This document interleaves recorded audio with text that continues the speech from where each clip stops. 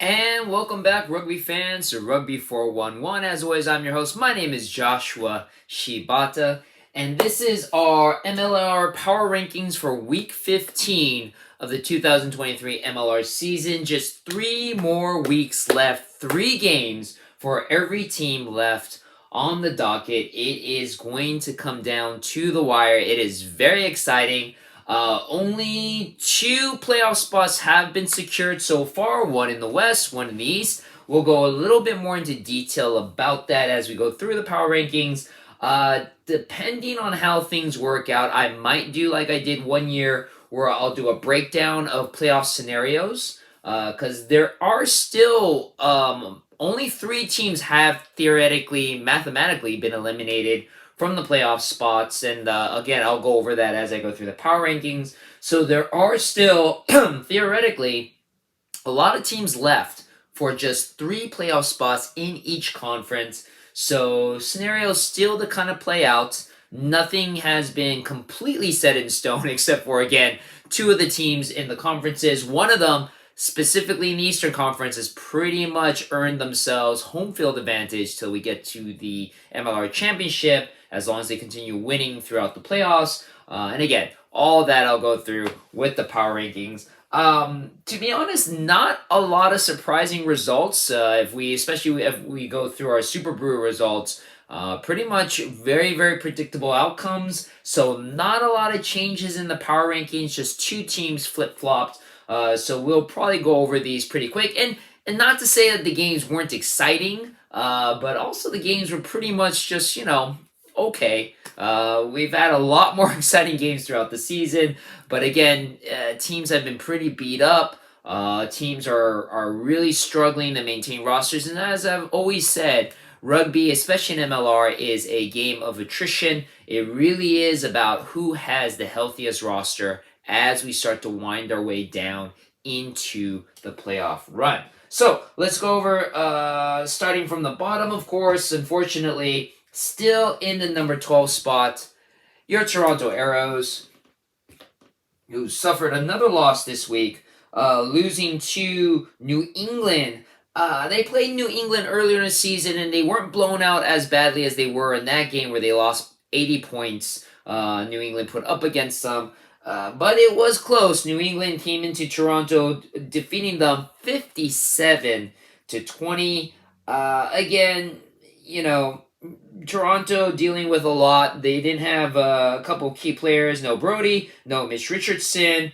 On the New England side, like we mentioned before, it was the return of Bodie Walker, who came back last week. This game, he actually was able to play on the field, and he hasn't lost a step. He didn't score a try. I don't think he got any points, but he did contribute quite a bit being on the pitch. So again, New England, and spoiler alert, they are the one team in the Eastern Conference that secured themselves not only a playoff spot, but they're so far ahead of everybody else, really making my way too early prediction look very laughable, as I thought for sure New England was going to struggle without Bodie Walker. Jason Potras, who has replaced him at the fly half, has been a revelation. Not only is he still playing and being amazing, and I believe he also broke the 100-point barrier too, but they have Bodie Walker coming back as well. So not only do you have 2 phenomenal fly halves, one of them can easily come off of the bench during the playoff run, so not too shabby for New England, who also secured themselves a home field advantage throughout the playoffs until the championship game, which is for the very first time in MLR history, will be played in a neutral field at Chicago's SeatGeek Stadium. Going through the game, Toronto tried their best. It was a little competitive in the first half, but unfortunately by the second half, it was all New England. Again, just overpowering Toronto, laying on a big 57 score to Toronto's 20, keeping them in the bottom spot. Also still in the bottom 4, Chicago Hounds staying at number 11. Another heartbreaking loss for them, losing to the Houston SaberCats 33-40. It was a very, very close game. Chicago scored first, but Houston kept it very close in the first half. Chicago started coming back in the second half, but unfortunately, Houston started becoming very dominant. Chicago got lucky with Houston having a yellow card near the waning moments, allowing Chicago to score not only with a penalty try, but a try following up after that. Chicago was very close within the last 5 minutes of the game until, unfortunately for them, Houston's Gideon Van Wyk, who has been a phenomenal try scorer in Houston, was able to score a try and unfortunately put the game away, allowing Houston to walk out of Chicago with the bare win of 40-33. Chicago did get a 2-point bonus points, 2 losing bonus points, but unfortunately did not get the win. So Chicago is still sitting on only 1 win in franchise victory in franchise history. Unfortunately, Chicago has been eliminated mathematically from the playoff picture, so unfortunately will not be doing much left for the rest of the season except for basically trying to be spoiler for the rest of the teams in the Western Conference. On number 10, staying at number 10, who is because they didn't play Nola Gold, sitting with a bye. So as most times with our power rankings, when the team is on a bye, I don't feel comfortable moving them up or down, which really also caused a lot of teams to stay in place, even though the teams around them did win or lose, which also pretty much contributed to why there wasn't a lot of shakeup in the power rankings this week. Staying at number 9, speaking of which, Rugby ATL losing to the Utah Warriors 12-28. Because of that loss, and because Nola was on a bye, I didn't feel good sliding them down, allowing Nola to come up. So Atlanta stays sitting at the number 9 spot. The Utah-Atlanta game, really not much to say for Atlanta. I would rather say more about Utah when I get to them. So Utah sticks in the number 9 spot. Sitting for 1 more week out of the bottom 4 after winning their second franchise win in history. The Dallas Jackals, who are on a bye, again, because they're on the bye, I don't feel like moving them up or down, so they get to sit comfortably for 1 more week out of the bottom 4.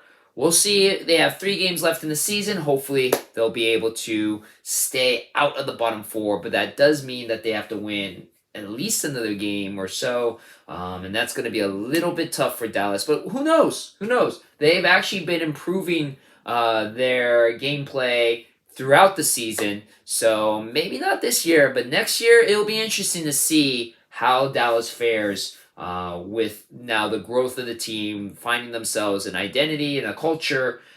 They could become a very, very dangerous team and already a very dangerous Western Conference.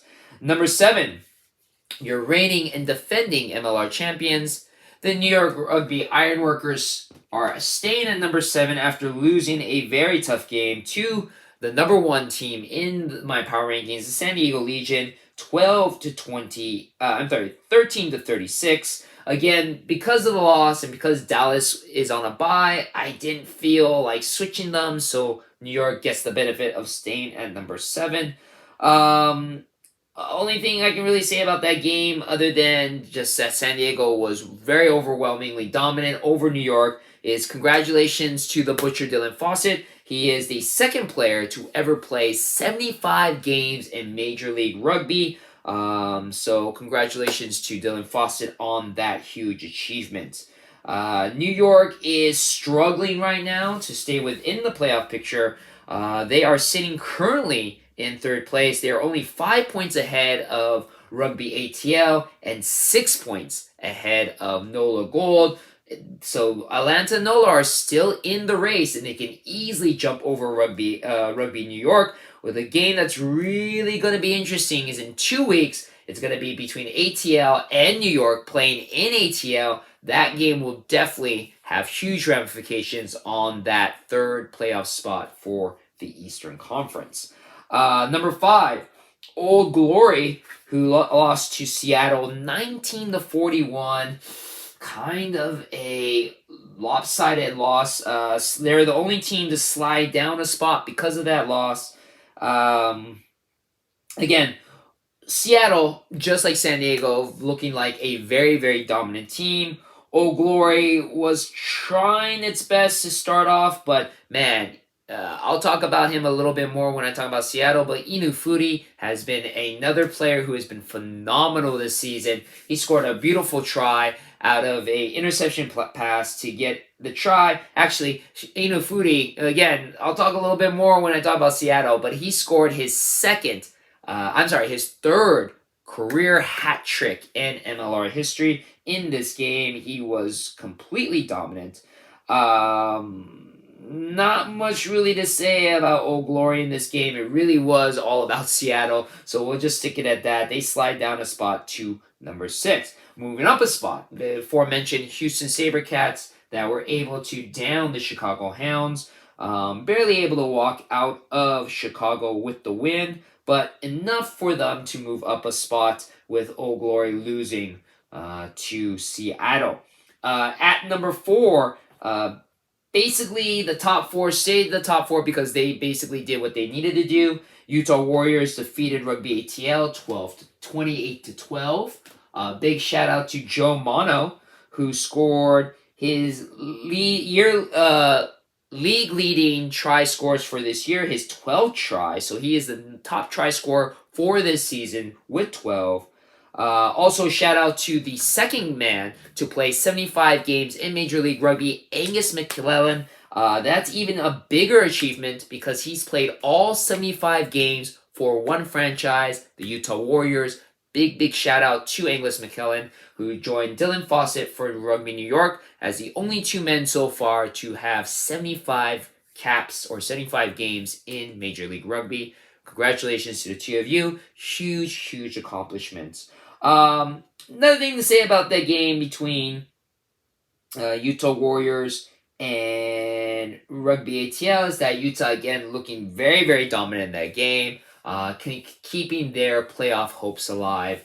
They are fighting with the Houston SaberCats for that illustrious 3rd spot in the Western Conference. Sitting at number 3, New England Free Jacks, who again dominated the Toronto Arrows. Again, really not much to say about that game except that Bodie Waka looked very impressive coming back onto Major League Rugby pitch after a stint in Japan. New England looks like the very dominant team in the Eastern Conference. They have achieved not only a playoff spot, but they've also secured home field advantage throughout the Eastern Conference playoffs as long as they win, which is going to be huge as the Free Jacks have been dominant when they're playing in Veterans Memorial Stadium in Quincy, Massachusetts. Your number 2 team, the Seattle Seawolves, looking very dominant again in the Western Conference with a win over Old Glory, 41-19. The only thing to mention, not only about Inu Fudi having his 3rd career hat trick